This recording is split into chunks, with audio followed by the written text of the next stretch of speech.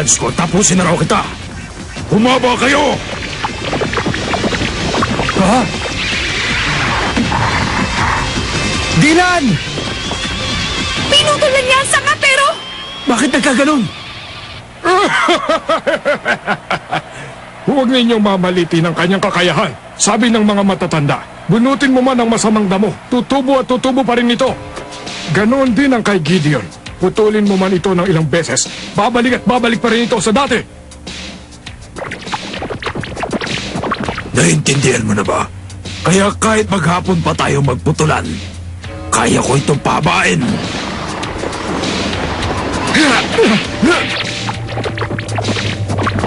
Ha, hindi na siya makalapit ang husto sa kalaban.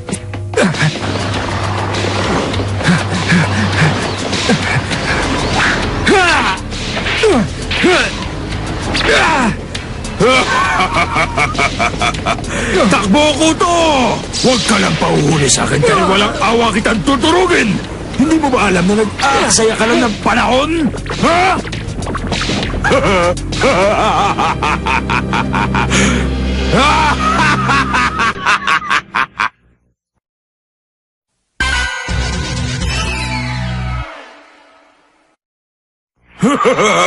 Baliw! Gawin mo man ang gawin yan, hindi yan ubra! Magpahinga ka naman! Sige, gagawin ko yun kapag natapos na kita. Masdan mo ang mga mata niya, may pinaplano siya.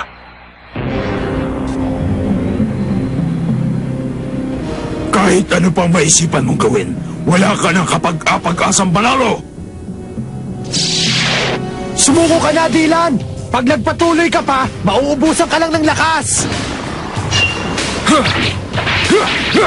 Naman! Paulit-ulit ka lang yan eh! Bakit hindi na lang siya mag-isip na ibang paraan? Nagkakamali ka. Pagmasdan mo siyang mabuti. Anong problema, Dylan? Bakit hindi mo subukan lumapit sa akin?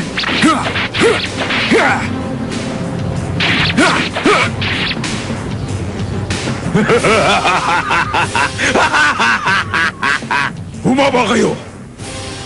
Oh? Humaba kayo! Haba!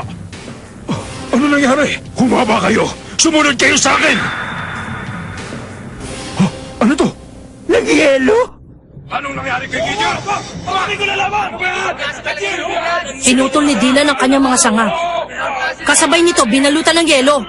Magaling talaga si Ginoong Dylan. Pero hindi ko inaasahan na ganun siya kagaling.